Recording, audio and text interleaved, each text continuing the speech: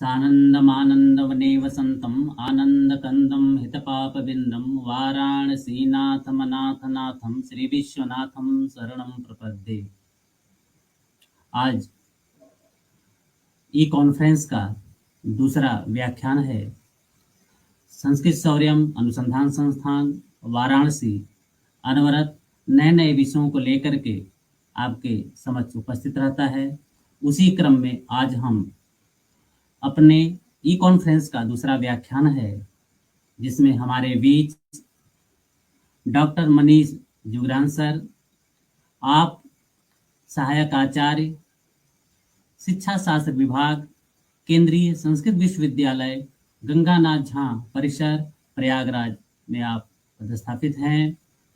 आपके द्वारा 2 पुस्तकें एवं 30 से अधिक आपके शोध पत्र प्रकाशित हैं। अनेकों आपने कॉन्फ्रेंस किया, जिसमें आपका प्रदर्शन बहुत अच्छा रहा। आप कम उम्र में आपने काफ़ी यश शिक्षा शास्त्र के विषय में आपने प्रचारित किया है। आपको सब बहुत लोग जानते हैं और हमें अनुमति भी मिली कि सर आपका कराया जाए।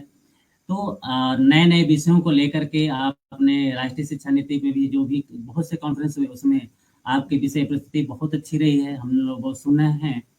तो उसे में आपका बहुत से जो हमारे अध्यक्ष जी हैं, आपका निवेदन किए कि सर कराया जाए। मनीष जुगरान जी का बहुत अच्छी प्रस्तुति है। सर आपका संस्कृत शौर्य अनुसंधान संस्थान में हार्दिक स्वागत है। मैं संयोजक के रूप में भी मैं आपका हार्दिक स्वागत एवं अभिनंदन करता हूं। इस कार्यक्रम के अध्यक्ष प्रोफेसर नीलाभ तिवारी गुरु जी की तरफ से भी आपका हार्दिक स्वागत एवं अभिनंदन है। संस्कृत शौर्यम अनुसंधान संस्थान हम सभी गुरुजनों का और जितने भी हमारे श्रोता हैं सभी की तरफ से आपका हार्दिक स्वागत एवं अभिनंदन है। एवं इस व्याख्यान के जितने भी श्रोता हैं सबका मैं हार्दिक स्वागत एवं अभिनंदन करता हूं। आइए हम लोग चलते हैं एक विशिष्ट व्याख्यान के तरफ, जिसका आज विषय है नव राष्ट्रीय शिक्षा नीति संस्कृत शिक्षा च। आइए हम लोग इसका व्याख्यान सुने सर के द्वारा, और फिर जो विषय वस्तु होगा सभी शोधार्थियों के लिए भी अनुकूल होगा। धन्यवाद। यदा नतो नयात्ययं शिवे हितां स्मरामितां नमस्तुंग शिरश्चुम्बे चंद्रचामरचारवे त्रैलोक्यनगरारंभ मूलस्तंभाय संभवे। संस्कृत शौर्यम इति फेसबुक समूह द्वारा आयोज्यमानेऽस्मिन् कार्यक्रमे अत्र समुपस्थिताः अस्य कार्यक्रमस्य अध्यक्षाः अस्मज्ज्येष्ठाः केन्द्रीय संस्कृत विश्वविद्यालयस्य भोपाल परिसरे शिक्षाशास्त्र विभागे आचार्यपदम् अलङ्कुर्वाणाः प्रोफेसर नीलाभ तिवारी महोदयाः, अस्य कार्यक्रमस्य संयोजकाः मित्रमणयः आदरणीयाः डॉक्टर राजकुमार महोदयाः, अस्मिन् कार्यक्रमे सम्पृक्ताः कार्यक्रमम् अमुं शृण्वन्तः समेऽपि संस्कृतज्ञाः विद्वांसः मित्राणि च। वयं सर्वेपि जानीमः यद् सर्वस्यापि राष्ट्रस्य विकासः तदीय शिक्षा व्यवस्था श्रितो भवति। यस्मिन् राष्ट्रे यथा शिक्षा व्यवस्था भवति, यथा शिक्षायाः प्रचारः प्रसारश्च भवति, यस्य राष्ट्रस्य जनाः यथा शिक्षिताः भवन्ति, तस्य राष्ट्रस्य विकासः तावता परिमाणेन भवति। अतः प्रत्येकम् अपि राष्ट्रं स्वकीयां शिक्षा व्यवस्थां सुदृढीकर्तुं सततं यतते। वयं सर्वेपि जानीमः भारतराष्ट्रं प्राचीनकालादेव शिक्षाक्षेत्रे अत्यन्तं प्रसिद्धम् आसीत्। विश्वस्य अनेकेभ्यः देशेभ्यः अध्येतारः अध्येतुं भारतम् आगच्छन्ति स्म। नालन्दा, तक्षशिला प्रभृति विश्वविद्यालयाः, विक्रमशिला प्रभृति विश्वविद्यालयाः शिक्षाक्षेत्रे प्रसिद्धाः आसन्। जीवनस्य यावन्ति क्षेत्राणि भवन्ति तावतां क्षेत्राणां शिक्षा भारते प्रवर्तते स्म। जीवनस्य प्रत्येक क्षेत्र संबद्धं ज्ञानं विज्ञानं च भारतीय शास्त्रेषु इदानीमपि उपलभ्यते। अतः तत्तत् शास्त्रस्य शिक्षा भारते प्रवर्तते स्म। मध्ये कश्चन कालः आगतः भारतं पाश्चात्याक्रान्ताभिः अन्याभिश्च आक्रान्ताभिश्च परतन्त्रं जातम्। तस्माद् भारते शिक्षा व्यवस्था किञ्चित् परिवर्तिता। परिवर्तमानायां शिक्षा व्यवस्थायामपि समेऽपि भारतीयाः शिक्षां लभेरन् इति धिया भारत सर्वकारेण काले काले नैकाः योजनाः निर्मीयन्ते, नैकविधानि कार्याणि च सम्पाद्यन्ते।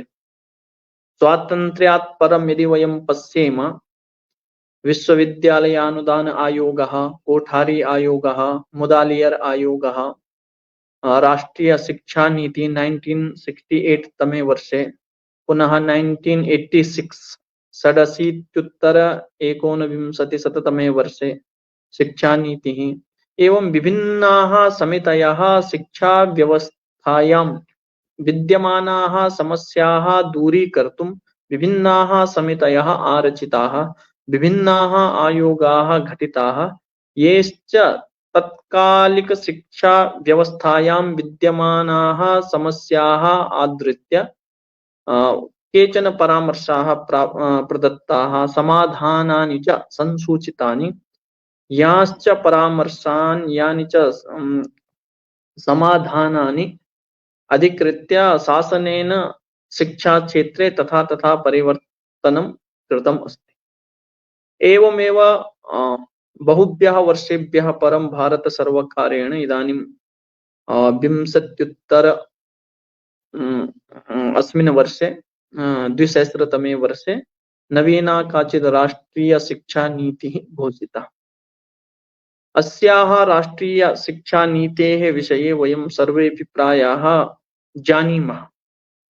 सा शिक्षा नीतिः तु न केवलं संस्कृत क्षेत्रार्थं केवलम्, अपितु राष्ट्रस्य समग्रामपि शिक्षा व्यवस्थां सुदृढीकर्तुं, तत्र विद्यमानाः समस्याः अपाकर्तुं सा नीतिः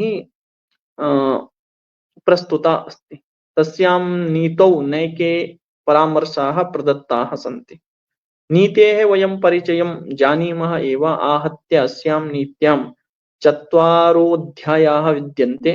तत्र प्रथमः अध्यायः विद्यालय शिक्षा सम्बद्धः वर्तते। विद्यालये कीदृशी शिक्षा भवेत्, कथं पाठ्यक्रमः भवेत्, कथं शिक्षकाः भवेयुः, कथं विद्यालये पाठनीयं, विद्यालय शिक्षा क्षेत्रे काः काः समस्याः, तासां समस्यानां समाधानं कथं विधेयम्, एवं विषयाः।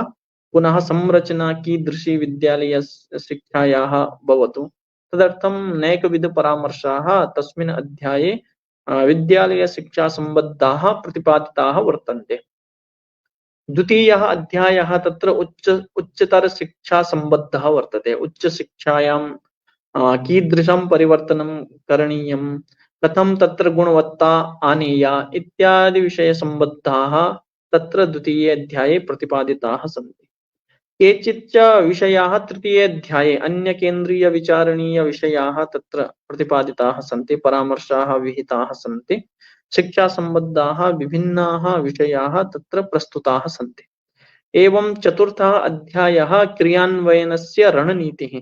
इदानीं 3 अध्यायेषु ये परामर्शाः विहिताः, तेषां परामर्शाणां क्रियान्वयनं कथं शिक्षालोके जायेत, शिक्षा क्षेत्रे भवेत्, तदर्थं तस्मिन् अध्याये कतिचित् प्रस्तावाः प्रस्तुताः सन्ति, परामर्शाश्च विहिताः सन्ति। एवं 4 अध्यायेन 4 भागाः सन्ति। क्षम्यताम्, 4 भागाः आहत्य 27 अध्यायाः सन्ति। 4 भागेषु विभक्तेयं राष्ट्रीय शिक्षा नीतिः, पुनः 27 तत्र अध्यायाः विद्यन्ते।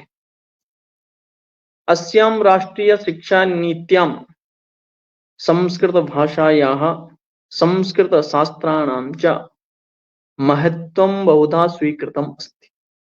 अतः संस्कृतविचारेण संस्कृतज्ञानेन इयं राष्ट्रियशिक्षानीतिः अत्यन्तं प्रभाविता दृश्यते। शिक्षानीतेः अस्याः प्रस्तावनायामेव एतस्याः निर्मातृभिः तत्र प्रतिपादितं वर्तते यद् नवा शिक्षानीतिरियं प्राचीनभारतीयज्ञानविचारयोः समृद्धपरम्परायाः आलोके निर्मिता वर्तते। इदानीं विचारः प्रवर्तते भारते शिक्षा व्यवस्था कथं स्यात्, कथं शिक्षा स्यात्। इदानीन्तनी सर्वापि शिक्षा प्रायः पाश्चात्यविचारैः प्रभाविता अस्ति। अतः भारतीया शिक्षा भारतीयविचारानुसारिणी भवेत्। तत्र भारतीयं चिन्तनं भवेत्, भारतीयः विचारः भवेत्, भारतीयज्ञानप्रणाली भवेत्। तदर्थम् इयं शिक्षानीतिः निर्मीयते। अतः प्रस्तावनायामेव एतत् उच्यते। अपि च तत्रैव उच्यते भारतीयविचारपरम्परायां ज्ञानं मानवानां सर्वोच्चलक्ष्यत्वेन स्वीकृतं वर्तते। प्राचीनभारते शिक्षायाः लक्ष्यं सांसारिकजीवनस्य भाविजीवनस्य वा कृते ज्ञानार्जनं न अपितु पूर्णात्मज्ञानाय मुक्तये च मन्यते स्म। सा विद्याया विमुक्तये इति अस्माकीना धारणा शिक्षाविषये, ज्ञानविषये, विद्याविषये। इदानीं तु केवलं कौशलविषये एव अधिकाधिकं चिन्तनं भवति। आजीविकासाधनत्वेन एव इदानीं शिक्षा प्रसिद्धा भवति। किन्तु अस्माकं भारतीयपरम्परायां तु शिक्षा मुक्तये भवेत् इति चिन्तनम् आसीत्। अतः शिक्षायाः उद्देश्यानि अपि तथैव निर्धारितानि आसन्। अतः इयं शिक्षानीतिः भारतीयज्ञानपरम्परा सर्वापि संस्कृतशास्त्रेषु एव विद्यमाना अस्ति। अतः तां परम्परां संस्कृतशास्त्रपरम्पराम् आधृत्य निर्मिता वर्तते इति नीतिनिर्मातारः आरम्भे प्रस्तावनायामेव एतत् वदन्ति। अपि च भारतस्य ये प्राचीनाः शिक्षासंस्थाः आसन् तासां संस्थानाम् अपि महत्त्वं तत्र प्रतिपादितं वर्तते। अतः तत्रैव प्रस्तावनायाम् उक्तम् अस्ति तक्षशिला, नालन्दा, विक्रमशिला, वल्लभी प्रभृतिभिः प्राचीनभारतस्य विश्वस्तरीयशैक्षिकसंस्थाभिः अध्ययनस्य विविधेषु क्षेत्रेषु शिक्षणानुसन्धानयोः सर्वोच्चप्रतिमानानि स्थापितानि। विभिन्नपृष्ठभूमेः देशेभ्यश्च आगताः विद्यार्थिनः विद्वांसश्च तत्र लाभान्विताः इति वयं सर्वेपि जानीमः। बहवः वैदेशिकाः ज्ञानं प्राप्तुं विभिन्नानि शास्त्राणि च अध्येतुं भारतं प्रति आगतवन्तः। तदेव इयं शिक्षानीतिः अपि अस्मान् पुनः स्मारयति। अपि च तस्याः शिक्षाव्यवस्थायाः कीदृशः परिणामः अस्माभिः प्राप्तः, कथं तत्र गुणवत्ता आसीत्, कीदृशाः अध्येतारः तया शिक्षाव्यवस्थया निर्मिता, कीदृशाः व्यक्तित्वशालिनः जनाः, प्रभावशालिनः जनाः, वैज्ञानिकाः, विद्वांसश्च तया शिक्षाव्यवस्थया निर्मिताः। तद्विषयेपि नीतिः स्वीयप्रस्तावनां वदति यत् अनया एव शिक्षाव्यवस्थया चरकः, सुश्रुतः, आर्यभट्टः, वराहमिहिरः, भास्कराचार्यः, ब्रह्मगुप्तः, चाणक्यः, चक्रपाणिः, दत्ता, माधवः, पाणिनिः, पतञ्जलिः, नागार्जुनः, गौतमः इत्यादयः नैके विद्वांसः अनया शिक्षाव्यवस्थया निर्मिता। तथा प्रभावशालिनी अस्माकं भारतीय ज्ञानपरम्परा आसीत्, अस्माकं शिक्षाव्यवस्था आसीत्। एभिश्च विद्वद्भिः वैश्विकस्तरे ज्ञानस्य विविधेषु क्षेत्रेषु यथा गणित, खगोलविज्ञान, धातुविज्ञान, चिकित्साविज्ञान, शल्यचिकित्सा, अभियांत्रिकी, भवन निर्माण, नौकायान निर्माण, योग, ललित कलादिषु प्रामाणिकरूपेण मौलिकं योगदानं प्रदत्तम्। न केवलं तया शिक्षा व्यवस्थया केवलं दार्शनिकाः निर्मिताः, अपितु वैज्ञानिकाः अपि निर्मिताः। जीवनस्य यावन्ति क्षेत्राणि तत्तद् क्षेत्रस्य कृते तथा तथा विद्वांसः वैज्ञानिकाः तया शिक्षा व्यवस्थया निर्मिताः आसन्। तस्याः शिक्षा व्यवस्थायाः कीदृशः प्रभावः जगति तले आसीत् तदपि प्रस्तावनायाम् उक्तं यद् भारतीय संस्कृतेः दर्शनस्य च विश्वेषु महान् प्रभावः आसीत्। वैश्विक महत्त्वस्य अस्याः समृद्धनिधेः न केवलं भावी सन्ततेः कृते संरक्षणम् आवश्यकम् अपितु तद्विषये शोधकार्याणि भवेयुः तत्समृद्धये नवनवोपयोगाः चिन्तनीयाश्चेति। इति नीतौ प्रस्तावनायामेव संस्कृतशिक्षाविषये ईदृशाः अंशाः कथिताः सन्ति यद् संस्कृतशिक्षाक्षेत्रे अस्माभिः नवनवीनानि अनुसन्धानकार्याणि कर्तव्यानि। यः अस्माकम् अयं समृद्धनिधिः अस्ति, ज्ञाननिधिः अस्ति, संस्कृतशास्त्रेषु विद्यमानः निधिः अस्ति, तस्य निधेः भावी सन्ततेः कृते संरक्षणम् अत्यन्तम् आवश्यकम् अस्ति। अतः तदर्थं नवनवीनानि चिन्तनानि अस्माभिः करणीयानि, नवनवीनानि शोधकार्याणि अस्माभिः करणीयानि इति राष्ट्रियशिक्षानीतेः प्रस्तावनायामेव संस्कृतशास्त्राणां विषये एवं कथितम् अस्ति। तत्रैव सप्तमे पृष्ठे पुनः संस्कृतशास्त्राणां संस्कृतविद्यायाः विषये कथितम् अस्ति यद् इयं संस्कृतभाषा अथवा इयं संस्कृतविद्या अस्माकं गौरवपूर्णा अस्ति।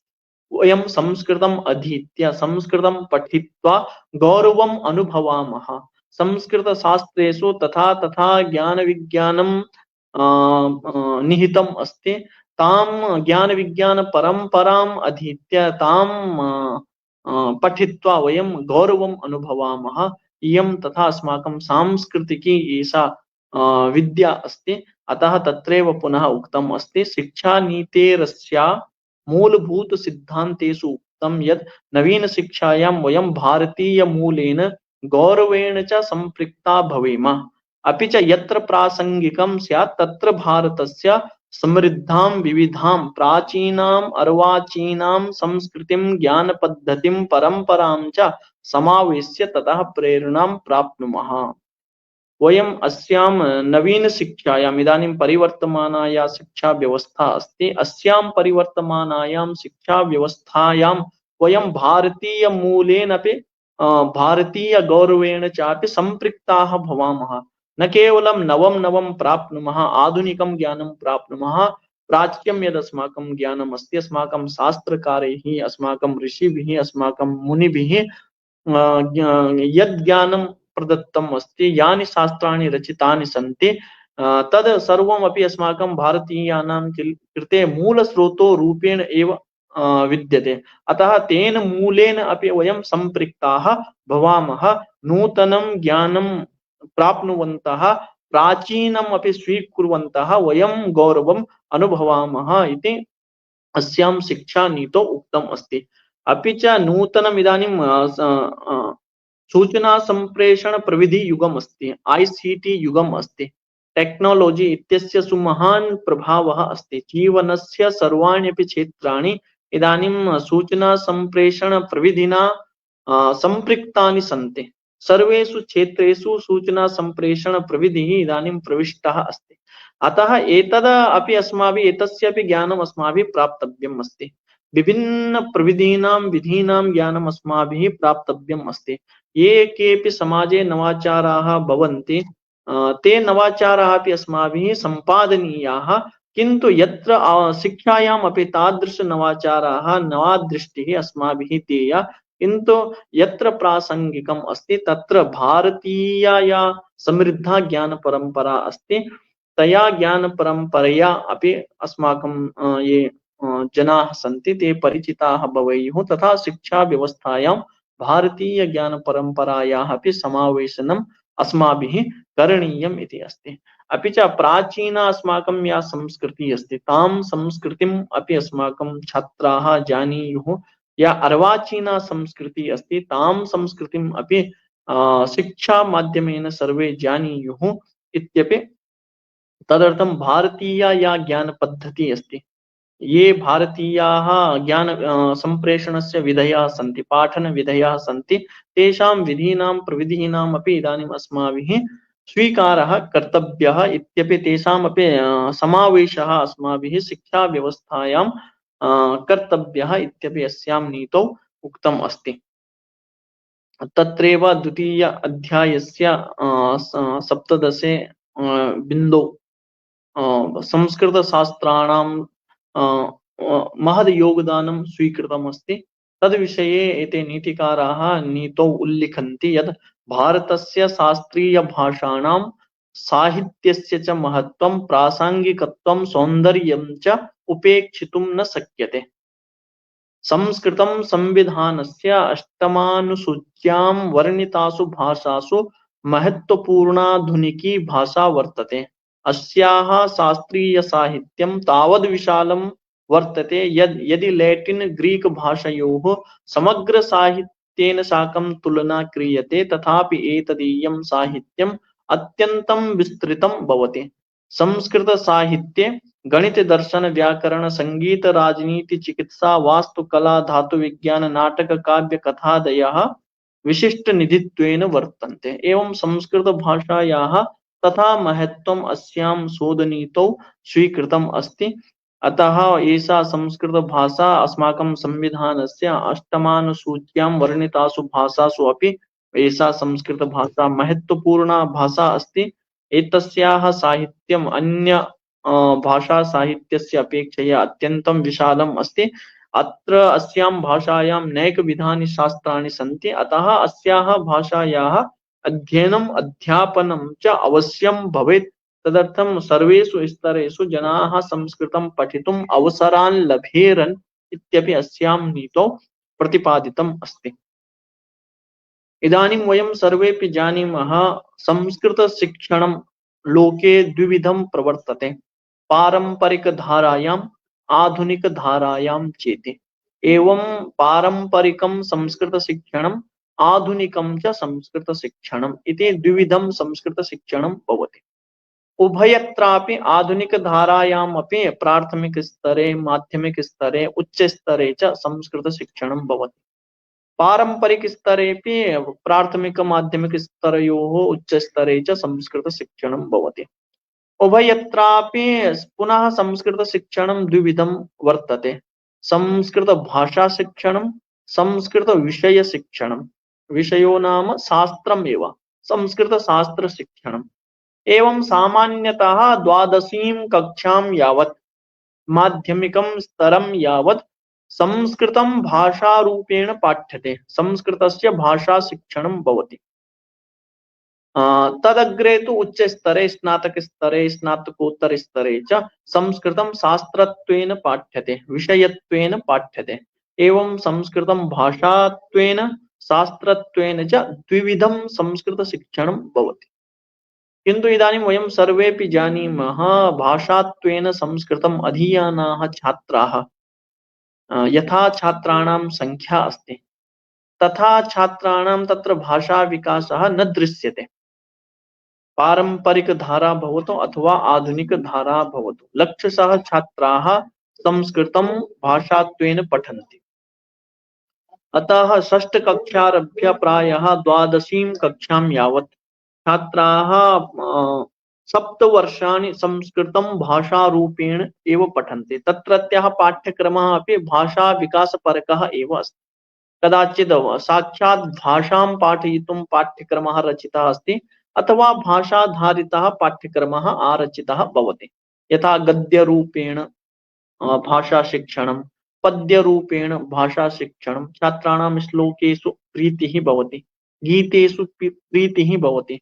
अतः गीतिरूपेण संस्कृतशिक्षणम् अथवा गीतिमाध्यमेन संस्कृतभाषाशिक्षणम् अथवा कथानकमाध्यमेन संस्कृतभाषाशिक्षणम् अथवा कथामाध्यमेन संस्कृतभाषाशिक्षणम्, तादृशः संस्कृतभाषाधारितः पाठ्यक्रमः भवति सर्वत्रापि माध्यमिकस्तरे। किन्तु तथापि 7 वर्षाणि यावत् संस्कृतं भाषात्वेन अधीयानाः छात्राः संस्कृतेन स्वीयाम् अभिव्यक्तिं कर्तुं समर्थाः न दृश्यन्ते। एषा काचित् संस्कृतसम्बद्धा काचित् समस्या अस्ति। द्वितीया समस्या छात्राणां संस्कृतविषये प्रीतिः तथा न दृश्यते यथा अन्यभाषासु प्रीतिः वर्तते। अतः संस्कृतभाषायां छात्राणां प्रीतिं जागरयितुं, छात्राणां रुचिं जागरयितुं कः उपायः आश्रयणीयः? संस्कृत माध्यमिक स्तरे संस्कृत शिक्षणस्य यदुद्देश्यमस्ति छात्राः संस्कृत भाषां जानीयुः, संस्कृतेन मौखिकीम् अभिव्यक्तिं कर्तुं समर्थाः जायेरन्, लिखिताभिव्यक्तिं कर्तुं समर्थाः जायेरन्। तदर्थं किं करणीयं? तदर्थम् इयं नीतिः परामर्शं यच्छति यत् संस्कृत शिक्षणं तादृशपद्धत्या विधातव्यं यया येन एतत् शिक्षणं रुचिकरम् अनुभवात्मकं च भविष्यति, अपि च समकालिकरूपेण प्रासंगिकं भविष्यति। अतः विद्यालयेषु शिक्षकैः रुचिकर विधिभिः संस्कृतं पाठनीयं, येन छात्राणां संस्कृतभाषाध्ययने रुचिः जागृता भवेत्। छात्राः संस्कृतेन भाषितुम् इच्छां प्रकटयेयुः, संस्कृतेन व्यवहारं कर्तुम् इच्छां प्रकटयेयुः, संस्कृतं पठितुम् इच्छां प्रकटयेयुः। संस्कृत क्षेत्रे माध्यमिक स्तरः एव संस्कृतस्य आधार स्तरः। यदि माध्यमिक स्तरे छात्राणां संस्कृत विषये प्रीतिः न भवति, संस्कृत विषये रुचिः न भवति, तर्हि स्नातक स्तरे संस्कृतं पठितुं न प्रविशन्ति। तेन विश्वविद्यालयेषु महाविद्यालयेषु संख्या ह्रासोऽपि भवति। अतः प्रीतिः कुत्र उत्पादनीया? माध्यमिक स्तरे उत्पादनीया। अतः माध्यमिक स्तरे संस्कृत शिक्षणं रुचिकरं कर्तव्यम् इति इयं नीतिः, राष्ट्रीय शिक्षा नीतिः इति परामर्शं यच्छति। अनुभवात्मकं च संस्कृत शिक्षणं करणीयं, व्यवहारात्मकं संस्कृत शिक्षणं करणीयम्, अपि च समकालिकरूपेण येन संस्कृत शिक्षणं प्रासंगिकं भवेत् तादृशं शिक्षणं करणीयम् इति एषा राष्ट्रीय शिक्षा नीतिः द्वितीये अध्याये संस्कृत शिक्षण विषये वदति। पुस्तकानि संस्कृत क्षेत्रे कीदृशानि भवेयुः? तद्विषयेपि इयं नीतिः परामर्शं यच्छति यद् प्राथमिक माध्यमिक स्तरयोः संस्कृत पुस्तकानि संस्कृत माध्यमेन पाठनीयानि। संस्कृत माध्यमेन पुस्तकानि पाठनीयानि चेत् संस्कृत माध्यमेन पुस्तकानि लेखनीयानि। इदानीं बहुत्रापि संस्कृत पुस्तकानि प्रादेशिक भाषायां दृश्यन्ते। संस्कृतं क्वचित् आंग्ल भाषा माध्यमेन पाठ्यते, क्वचित् हिंदी भाषा माध्यमेन पाठ्यते। तत्तत् प्रान्तेषु तत्तद् प्रादेशिक भाषया संस्कृत शिक्षणं भवति। तेन छात्राः संस्कृतस्य यद् भाषिकं स्वरूपम् अस्ति तेन भाषिक स्वरूपेण परिचिताः न भवन्ति। शिक्षक मुखात् सः संस्कृत भाषायाः स्वरूपं कदापि न श्रुतवान्। संस्कृतेनापि सम्भाषणं भवति, संस्कृतेनापि व्यवहारः भवति इति छात्राः कक्षाकाले कुत्रापि न दृष्टवान्। कक्षायां न दृष्टवान् तर्हि तेनापि कदापि तेनापि संस्कृतेन सम्भाषणं न क्रियते, संस्कृतेन भाषा व्यवहारः न सम्पाद्यते। इयमपि काचित् वर्तमाने काचित् समस्या अस्ति। वयं सर्वेपि जानीमः विभिन्नाः भारतीय भाषाः वर्तन्ते। प्रत्येकं भारतीय भाषायाः कृते किञ्चन क्षेत्रं निर्दिष्टम् अस्ति, किञ्चन क्षेत्रम् अस्ति यस्मिन् क्षेत्रे तस्याः भाषायाः अधिकाधिकः प्रयोगः भवति। यथा बंगभाषा अस्ति, बंगाल प्रदेशे बंगभाषायाः कृते अवसरः अस्ति। तत्रत्य स्थानीय प्रादेशिक भाषा अपि बंगभाषा अस्ति। तत्रत्याः जनाः अपि बंगभाषया एव सम्भाषन्ते। तत्रत्य कार्यालयीय भाषा अपि बंगभाषा एव अस्ति, ऑफिशियल लैंग्वेज अपि बंगभाषा एव अस्ति। अतः बंगभाषायाः कृते कश्चित् भूभागः निश्चितः अस्ति। एवमेव कन्नड भाषायाः कृते कर्णाटकप्रदेशः अस्ति, तत्र कन्नड भाषया व्यवहर्तुम् अवसरः अस्ति। गुजराती भाषायाः कृते गुर्जर प्रदेशः अस्ति, मराठी भाषायाः कृते महाराष्ट्रम् अस्ति, हिंदी भाषायाः कृते अनेके प्रदेशाः सन्ति, पंजाबी भाषायाः कृते पंजाब प्रदेशः अस्ति। किन्तु संस्कृतस्य कृते कुत्र कस्मिन् क्षेत्रे संस्कृतेन जनाः भाषन्ते इति एवं निश्चयः नास्ति। इदानीं संपर्क भाषा कम्युनिकेशन लैंग्वेज अपि संस्कृतं नास्ति। इदानीं ऑफिशियल लैंग्वेज कार्यालयीय भाषा रूपेण अपि इदानीं संस्कृतं नास्ति। संप्रेष व्यावसायिक भाषा रूपेण अपि इदानीं संस्कृतं नास्ति, कमर्शियल लैंग्वेज रूपेण। तर्हि संस्कृतं कुत्र विद्यते? इदानीं संस्कृतम् इदानीं संस्कृत संस्थासु विद्यते, संस्कृत विश्वविद्यालयेषु महाविद्यालयेषु विद्यते, अथवा विद्यालयेषु विद्यते। विद्यालयेषु अपि कुत्र विद्यते? विद्यालये अनेके विषयाः भवन्ति, गणितविषयः अस्ति, आङ्ग्लविषयः अस्ति, विज्ञानविषयः अस्ति, अनेके विषयाः भवन्ति। तर्हि सर्वत्र विद्यालये संस्कृतं नास्ति। तर्हि कुत्र संस्कृतम् अस्ति? संस्कृतकक्षायां संस्कृतम् अस्ति। अतः एकत्रैव छात्रस्य कृते संस्कृतं ज्ञातुम् अवसरः अस्ति, संस्कृतकक्षायाम् एव। तस्यां संस्कृतकक्षायाम् अपि संस्कृतं कियदस्ति इति वयं सर्वेपि जानीमः। यदि वयं प्रादेशिकभाषया संस्कृतं पाठयामः तर्हि तत्र संस्कृतस्य कृते तावत् स्थानम् एव न भवति। अतः संस्कृतकक्षा पूर्णतः संस्कृतमयी कक्षा भवतु, संस्कृतमयं वातावरणं संस्कृतकक्षायां भवतु। संस्कृतकक्षायां विद्यमानाः सर्वेपि छात्राः अध्यापकाश्च संस्कृतेनैव संवादं कुर्युः, संस्कृतेनैव सूचनायाः आदानं प्रदानं कुर्युः, संस्कृतेनैव विचार विनिमयं कुर्युः। तदर्थम् इयं शिक्षा नीतिः वदति संस्कृत प्राथमिक स्तरे विशिष्य माध्यमिक स्तरे यत्र च संस्कारस्य दृढीकरणं भवति। यदि प्राथमिक माध्यमिक स्तरे भाषाभ्यासं न कारयामः, संस्कृतं श्रोतुम् अवसरं न कल्पयामः, तर्हि उच्च स्तरे तेन तथा अवसरः न प्राप्यते। अतः इदानीमपि अस्माभिः तादृशाः छात्राः दृश्यन्ते, संस्कृत विषये लब्धोपाधयः, MA उपाधि प्राप्ताः भवन्ति, PhD उपाधि लब्धाः भवन्ति, किन्तु संस्कृतेन अभिव्यक्तिं कर्तुं समर्थाः न दृश्यन्ते। तत्र कारणम् इदम् एव यत् माध्यमिक स्तरे यत्र संस्कारः, भाषा संस्कारः यत्र दृढः भवति तत्र संस्कारस्य कृते अवसरः न भवति। अतः प्राथमिक माध्यमिक स्तरे विशिष्य छात्राणां संस्कृत भाषायाः श्रवण भाषणाभ्यासः अवश्यं कर्तव्यः। तदर्थम् इयं नीतिः परामर्शं यच्छति यद् प्राथमिक माध्यमिक स्तरयोः संस्कृत पुस्तकानि संस्कृत माध्यमेनैव पाठनीयानि। अपि च संस्कृताध्ययनं रुचिकरं प्रभावशीलम् आनन्ददायकं च निर्मातुं सरलमानक संस्कृतस्य प्रयोगः कर्तव्यः। संस्कृतं सरलं भवेत्, मानकं च भवेत्। तत्र मानकानुसारं भवेत्, शुद्धं भवेत्, व्याकरण नियम रहितं न भवेत्, पाणिनि परिधावेव संस्कृत व्यवहारः भवेत्, संस्कृतं भवेत्। तद् वर्तते सरलमानक संस्कृतं। तस्य सरलमानक संस्कृतस्य प्रयोगः प्राथमिक माध्यमिक स्तरयोः कर्तव्यः, येन छात्राः संस्कृतं कठिनम् इति भावं न अवगच्छेयुः, अपि तु संस्कृतं सरलम् अस्ति।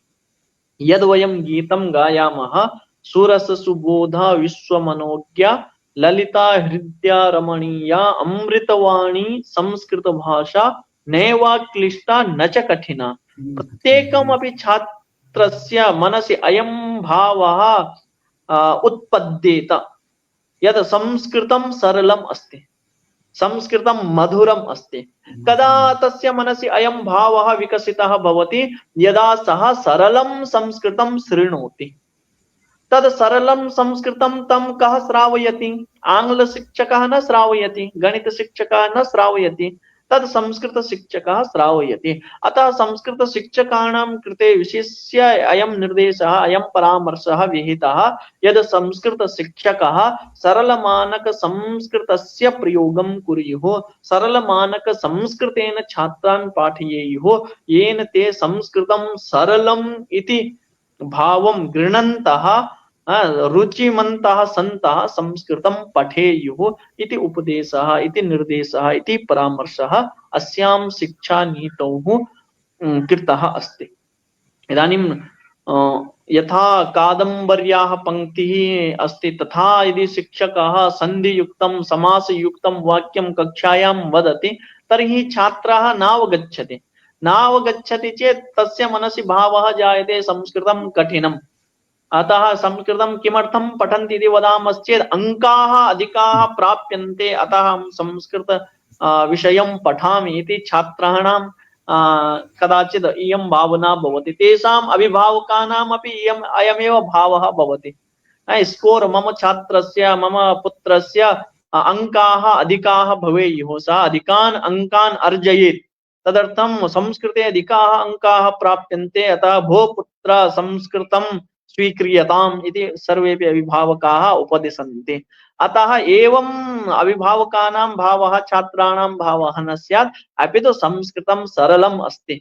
संस्कृतम् अस्माकं भारतीय ज्ञान विज्ञान परंपरायाः संवाहिका भाषा अस्ति, अतः मया संस्कृतं पठनीयं, संस्कृतं सरलम् अस्ति इति भावः तस्य जागरणीयः। तदर्थम् इयं शिक्षानीतिः अस्मान् उपदिशति, परामर्शं च प्रयच्छति यत् सरलमानक संस्कृतस्य प्रयोगः करणीयः, सरलमानक संस्कृतेन संस्कृत पुस्तकानि पाठनीयानि च इत्यपि निर्देशम् इयं शिक्षानीतिः प्रयच्छति, परामर्शं च प्रयच्छति। एतदर्थ इदानीम् अस्माभिः क्रियान्वयने किं करणीयम्?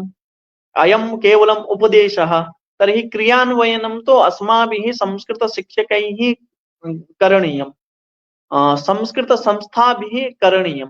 तर्हि किं करणीयम्? इदानीं सरलमानक संस्कृते शिक्षकाणां प्रशिक्षणं करणीयम्।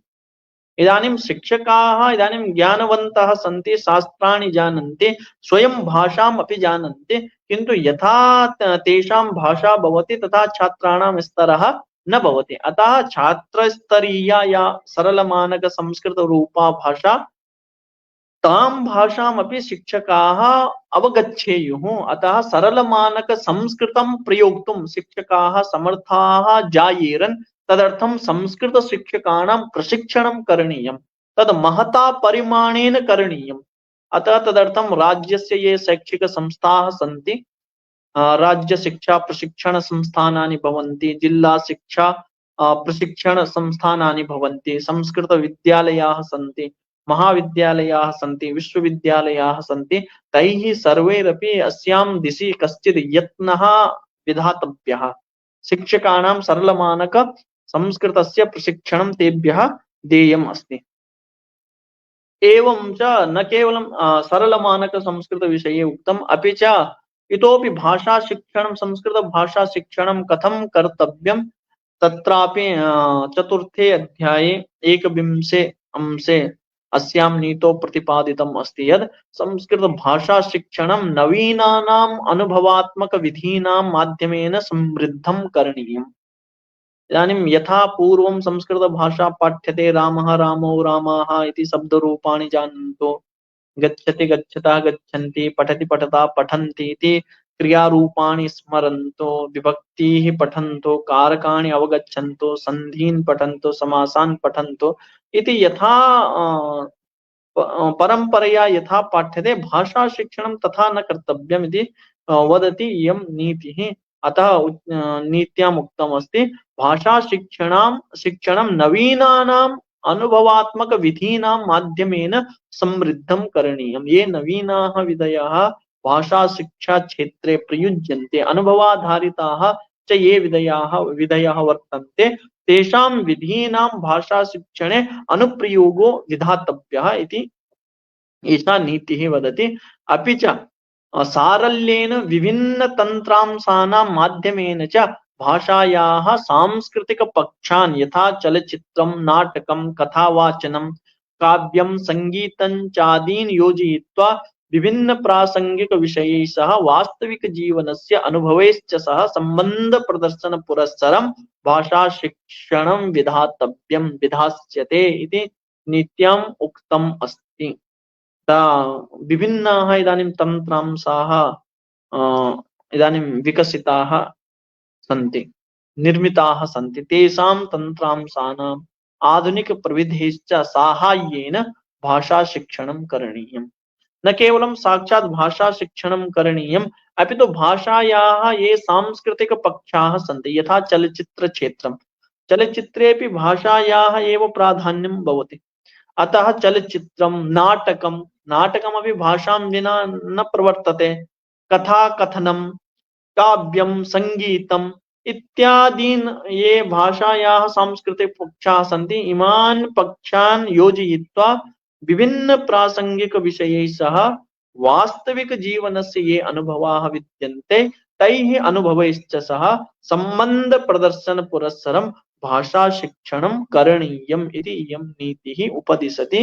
एवं भाषा शिक्षणमपि अनुभवात्मकाधिगम शिक्षण शास्त्राधारितं भविष्यति इति एषा शिक्षा नीतिः वदति। एवं एतद् भाषा शिक्षण विषये अस्यां नीतौ प्रतिपादितम् अस्ति। शास्त्राणां संरक्षण विषये शास्त्रेषु विद्यमान विभिन्न ज्ञान विज्ञान संबंधी तत्त्वानामपि पठन पाठनं विद्यालयेषु करणीयम्। तदर्थं पाठ्यक्रमः रचनीयः इत्यपि इयं शिक्षानीतिः वदति। अतः शिक्षानीतेः चतुर्थे अध्याये एव 27 अंशे उल्लिखितम् अस्ति यत् भारतीय ज्ञान प्रणालीम् अधिकृत्य कश्चन आकर्षकः पाठ्यक्रमोऽपि वैकल्पिक रूपेण माध्यमिक विद्यालयेषु छात्रेभ्यः उपलब्धो भविष्यति। ये छात्राः संस्कृतं पठन्ति, भाषारूपेण पठन्ति, तत्र केवलं भाषायाः प्राधान्यम्, अपि तु संस्कृत भाषायां किं किम् अस्ति, कीदृशी ज्ञान परंपरा संस्कृत भाषायाम् अस्ति। यथा अगस्त संहितायां विद्युत निर्माणस्य वर्णनम् अस्ति, यंत्र शास्त्रम् अस्ति, कृषि शास्त्रम् अस्ति, संगीत शास्त्रम् अस्ति, धातु विज्ञान शास्त्रम् अस्ति, योग शास्त्रम् अस्ति, आयुर्वेद शास्त्रम् अस्ति। एवं ज्ञानस्य अनेकानि क्षेत्राणि संस्कृत शास्त्रेषु विलसन्ति, विद्यमानानि सन्ति। अतः तेषां वैज्ञानिक विषयाणां भारतीय ज्ञान परंपरा संबद्धानाम् अंशानाम् अपि परिचयं माध्यमिक स्तरे विद्यालयेषु छात्राः प्राप्नुयुः। तदर्थं कश्चित् आकर्षकः पाठ्यक्रमः निर्मातव्यः इत्यपि एषा नीतिः वदति, येन वैकल्पिक रूपेण छात्राः एतद् संस्कृत संबद्धं विविध प्रकारकं ज्ञानं प्राप्तुं शक्नुयुः। एतदपि इयं नीतिः परामर्शति। तदर्थम् अस्माभिः संस्कृत शिक्षकैः, संस्कृतज्ञैः भारतीय ज्ञान परंपरा संबद्ध विषयाणां तथा पाठ्यक्रमः निर्मातव्यः, तथा विभिन्न पाठ्यक्रमाः भवितुम् अर्हन्ति। प्रत्येकं क्षेत्र संबद्धः विनूतनः पाठ्यक्रमः भवितुम् अर्हति। अतः तस्यापि निर्माणं करणीयम् इति एषा नीतिः वदति। अस्माकं छात्राः न केवलं संस्कृत भाषां जानीयुः, शास्त्राणि पठेयुः, अपि तु उत्तमाः चरित्र संपन्नाः, गुण संपन्नाः, व्यक्तित्वशालिनः, सुयोग्याः राष्ट्रस्य नागरिकाः भवेयुः इत्यपि एषा नीतिः वदति। एतद् सुयोग्य व्यक्तित्व निर्माणे संस्कृतं कथम् उपकरिष्यति, संस्कृत शिक्षायाः तत्र कीदृशं योगदानं भविष्यति, तदपि एषा शिक्षा नीतिः तत्र परामर्शं यच्छति। यत् छात्रेषु भारतीय मूल्यानां सत्य, अहिंसा, निष्काम कर्म, शांति, त्याग, धैर्य, क्षमा, करुणा, समानुभूति, न्याय, समानता, स्वतंत्रता, बंधुत्व, सहिष्णुता, विविधतादि मूल्यानां विकासार्थं छात्राः पंचतंत्रस्य मूलकथाः, जातक कथाः, हितोपदेश कथाः, इतर दंत कथाः, भारतीय परंपरा प्रेरक कथाश्च पठितुम् अवसरं प्राप्स्यन्ति तथा च वैश्विक साहित्ये तत्प्रभाव विषये ज्ञास्यन्ति इति। वयं सर्वेपि जानीमः यद् अमर शक्तेः पुत्रान् पाठयितुं पंचतंत्रं विष्णुशर्मणा लिखितं। तत्र कथाः अस्माभिः केवलं पठ्यन्ते, किन्तु तासां कथानां सारः अत्यन्तं गभीरः। राजनैतिक सिद्धान्ताः कथं सरलतम विधिना प्रस्तोतव्याः, येन जनाः छात्राः अनिच्छन्तोपि तज्ज्ञानं प्राप्नुयुः, तथा बुद्धिः विष्णुशर्मणः आसीत्। तथा तेन उपायः कश्चित् चिन्तितः। अतः तैः अस्माकं शास्त्रज्ञैः विष्णुशर्म प्रभृतिभिः याः एवं उपदेशपरकाः कथाः, याश्च छात्राणां संस्कार निर्माणे, छात्राणां व्यक्तित्व निर्माणे, छात्राणां चरित्र निर्माणे ते राष्ट्रस्य सुयोग्याः नागरिकाः भवन्ति इति। सुयोग्य नागरिक निर्माणे अत्यन्तम् उपयोगिनः ये ग्रन्थाः सन्ति, पंचतंत्र जातक कथा प्रभृतयः ये ग्रन्थाः सन्ति, एतेषां ग्रन्थानां शिक्षणं करणीयं भविष्यति इति एषा नीतिः उपदिशति। अतः संस्कृत ग्रन्थानामपि बहु महत्वम् अस्यां शिक्षा नीतौ स्वीकृतम् अस्ति। एवं संस्कृत शिक्षा व्यवस्था विषयेपि अस्यां नीतौ बहुविध चिन्तनं कृतम् अस्ति। यद् पारंपरिक विद्यालयाः संस्कृत शिक्षायाः मूलस्रोतोरूपेण विद्यन्ते, किन्तु पारंपरिक शालासु इदानीं पाठ्यक्रमाः केवलं शास्त्रसम्बद्धः एव भवति।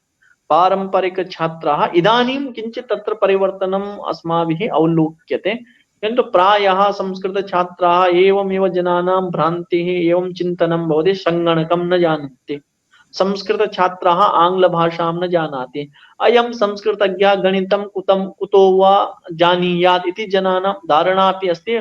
क्वचित् तद् वास्तविकम् अपि अस्ति। विज्ञान विषयं न जानन्ति। आधुनिक प्रवृत्तयः शिक्षा क्षेत्रे काः जगति काः आधुनिकाः प्रवृत्तयः जायमानाः सन्ति, ताभिः संस्कृत छात्रः सर्वथा अपरिचितो भवति। जगदिदं परिवर्तनशीलम् अस्ति, नित्यम् अप टू डेट भवति, अपडेशन जायमानं भवति। अतः संस्कृत छात्रैरपि अप टू डेटेड भवितव्यम्। अतः संस्कृत छात्राः न केवलं संस्कृत शास्त्रं पठेयुः, अपि तु आधुनिकीम् अपि विद्यां जानीयुः, आधुनिकम् अपि ज्ञानं ते प्राप्नुयुः। तदर्थमपि अस्यां नीत्यां परामर्शः कृतो वर्तते यद् पारंपरिक विद्यालयेभ्यः स्वीय पाठ्यक्रमेषु न केवलं संस्कृतम् अपि तु संस्कृतेन साकं विज्ञान गणित सामाजिकाध्ययन हिंदी आंग्लादि प्रासंगिक विषयान् योजयितुं यथा वांछितम् आर्थिकं साहाय्यं प्रदास्यते। पारंपरिक विद्यालयाः अपि स्वीय पाठ्यक्रमे गणितादि विषयान् आंग्लादि विषयान् ये अत्यन्तम् उपयोगिनः विषयाः, इदानीं सर्वत्र प्रतियोगितायाः प्रभावः अस्माभिः दृश्यते। प्रतियोगी परीक्षायां सामाजिकाध्ययनस्य गणितस्य सुमहान् प्रभावः अस्ति। अतः अस्माकं छात्राः तत्र पृष्ठे एव भवन्ति।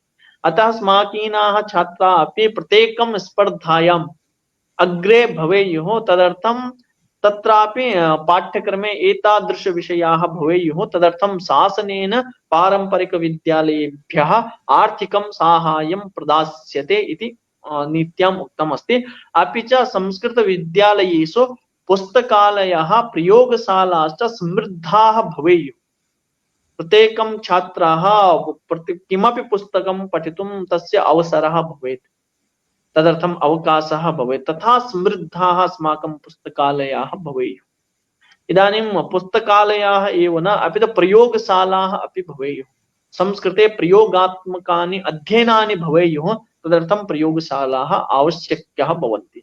यानी अस्माकं ज्योतिषशास्त्रं, योगशास्त्रम्, आयुर्वेदशास्त्रम्, इमानि शास्त्राणि यदि पाठनीयानि चेत् इमानि सर्वाण्यपि शास्त्राणि प्रयोगसम्बद्धानि भवन्ति। अतः तत्तद् शास्त्राणां पाठनार्थं प्रयोगशालाः भवेयुः। नाट्यशास्त्रम् अस्ति, अतः एवं प्रयोगशालाः समृद्धाः भवेयुः। तदर्थं पुस्तक पत्रिकादि शिक्षण सामग्रीणाम् अन्यविध शिक्षण सामग्रीणां च व्यवस्था करिष्यते इति अस्यां नीतौ प्रतिपादितम् अस्ति। एवं वयं शास्त्रेषु बहुत्र शृणुमः, चतुर्दश विद्याः अष्टादश विद्याः सन्ति। ताः सर्वेपि इमाः विद्याः जानीयुः। चतुष्षष्टिः कलाः सन्ति, अतः ताः कलाः सर्वेपि जानीयुः, एकैकां कलाम् अधिगच्छेयुः। अतः तत्रापि इमाः सर्वापि कलाः अपि संस्कृतशास्त्रादेव प्रादुर्भूताः सन्ति। अतः भारतीय शिक्षायां या नूतना इदानीं शिक्षा व्यवस्था क्रियते, तत्र इमाः कलाः संस्कृतशास्त्रेषु विद्यमानाः विद्याः कलाः एतासां विद्यानां कलानाम् अपि पाठनार्थं तत्र अवसरः कल्पनीयः, अवसरः भविष्यति इत्यपि अस्यां शिक्षानीतौ प्रतिपादितम् अस्ति। एवं पुनः तत्र द्वाविंशे अध्याये भाषा शिक्षण विषये पुनरुक्तम् अस्ति यद् इदानीमपि भारतदेशे भाषा शिक्षणस्य कुशलानां शिक्षकाणाम् अत्यधिकः अभावः विद्यते। अतः भाषा शिक्षणे परिष्कारः अत्यन्तम् आवश्यकः। भाषा शिक्षणं प्रभावपूर्णं भवतु, रुचिकरं भवतु, तदर्थं परिष्कारः आवश्यकः अस्ति। तदर्थं भाषा शिक्षणम् अनुभवाधारितं करणीयम्। अपि च तत्तद् भाषासु संवादाधारितम् अन्तःक्रियाकरणस्य क्षमताधारितं च शिक्षणं भवेत्, न तु केवलं भाषायाः साहित्यबोध शब्द संपद व्याकरणाधारितं च भवेत् इति। विद्यालयेषु यद् भाषा शिक्षणं क्रियते, संस्कृत भाषा शिक्षणं क्रियते, तत्र प्रायः इदानीं साहित्यस्य बोधं ते सम्पादयेयुः इत्येव, अथवा शब्द संपदं तेषां शब्द संपत् तेषां विकसिता स्यात्, व्याकरण ज्ञानं तेषां विकसितं स्यात् इत्येव आधारितम् इदानीं भाषा शिक्षणं भवति इति राष्ट्रीय शिक्षा नीतौ प्रतिपादितम् अस्ति। न केवलं साहित्यबोध शब्द संपद व्याकरणाधारितं भाषा शिक्षणम्, अपि तु तद् संवादाधारितं स्यात्, तद् अनुभवाधारितं स्यात् इत्यपि अस्यां शोधनीतौ प्रतिपादितम् अस्ति। संस्कृत शिक्षणं पृथक्तया करणीयम् इति इदानीं यथा प्रवर्तते, न केवलं पृथक्तया अपि तु अन्य समकालिक प्रासंगिकैश्च विषयैः सह संस्कृत शिक्षणं करणीयम्। इदानीं संस्कृत संवर्धन प्रतिष्ठानम् अस्ति देहल्यां, तेन प्रतिष्ठानेन इदानीम् एतद् दिशि किञ्चित् कार्यं कृतम् अस्ति। अतः तदर्थं पुस्तकानि प्रकाशितानि सन्ति। योगस्य भाषा संस्कृतं पठ्यताम्, विज्ञानस्य भाषा संस्कृतं पठ्यताम्, दर्शनस्य भाषा संस्कृतं पठ्यताम्, आयुर्वेदस्य भाषा संस्कृतं पठ्यताम्, एवं पुस्तकानि आरचितानि सन्ति। एवमेव अस्यां शिक्षानीतोऽपि प्रतिपादितम् अस्ति यत् संस्कृतम् अन्य समकालिकैः प्रासंगिकविषयैः गणित खगोल दर्शन नाटिकादिभिश्च सह योजयित्वा रुचिपूर्वकं नवाचार पद्धतिभिश्च करणीयम् इति अस्यां नीतौ प्रतिपादितम् अस्ति। येन अन्य विषय संस्थाः इव संस्कृत विश्वविद्यालयाः अपि बहुविषयक संस्थारूपेण विकसिताः भविष्यन्ति। इदानीम् अन्तःशास्त्रीयं बहुशास्त्रीयं च अध्ययनं सर्वत्र भवेत्। न केवलं छात्रः एकं शास्त्रं जानीयात्, अपि तु शास्त्रान्तरज्ञानमपि सः प्राप्नुयात्। न केवलं संस्कृतं जानीयात्, आधुनिकीं विद्यामपि सः जानीयात्। एवं संस्कृत विश्वविद्यालयाः न केवलं संस्कृतम् एव पाठयेयुः, न केवलं तत्र छात्राः संस्कृतं पठितुम् एव अवसरं प्राप्नुयुः, अपि तु संस्कृतेन सह इतरविषयाणाम् अपि अध्ययनार्थं तेभ्यः तत्र अवसरः प्रदातव्यः। तेन छात्राः अपि विविध विषयान् पठितुम् अवसरं प्राप्नुवन्ति। संस्कृत विश्वविद्यालयाः अपि बहुविषयक संस्थारूपेण विकसिताः भविष्यन्ति। बहुविषयक बहुशास्त्रीय विश्वविद्यालयाः भविष्यन्ति। एवमपि अत्र शिक्षानीतौ परामर्शः विहितः अस्ति। अद्य अस्मिन् सत्रे राष्ट्रीय शिक्षानीतौ ये मुख्याः विषयाः साक्षात् संस्कृत शिक्षा संबद्धाः विद्यन्ते। इतोपि नैके विषयाः अस्यां शिक्षानीतौ प्रतिपादिताः सन्ति, तदर्थं परामर्शाः विद्यन्ते। किन्तु मया मुख्यतः ये विषयाः अत्यन्तम् आवश्यकाः, यत्र अस्माकम् अवधानम् अत्यन्तम् आवश्यकं वर्तते, तादृश केचित् विषयाः मया अत्र भवतां समेषां पुरतः अत्र समुपस्थापिताः। एतदर्थं मह्यम् अवसरं प्रकल्पितवद्भ्यः अस्याः संगोष्ठ्याः अध्यक्षेभ्यः प्रोफेसर नीलावतिवारी महोदयेभ्यः, अस्य संयोजकेभ्यः डॉक्टर राजकुमार मिश्र महोदयेभ्यश्चापि अहं भूरिशः धन्यवाद वचांसि व्याहरन् अत्रैव स्वीय वाचो विरमामि। समेभ्यः धन्यवादाः, नमस्काराश्च।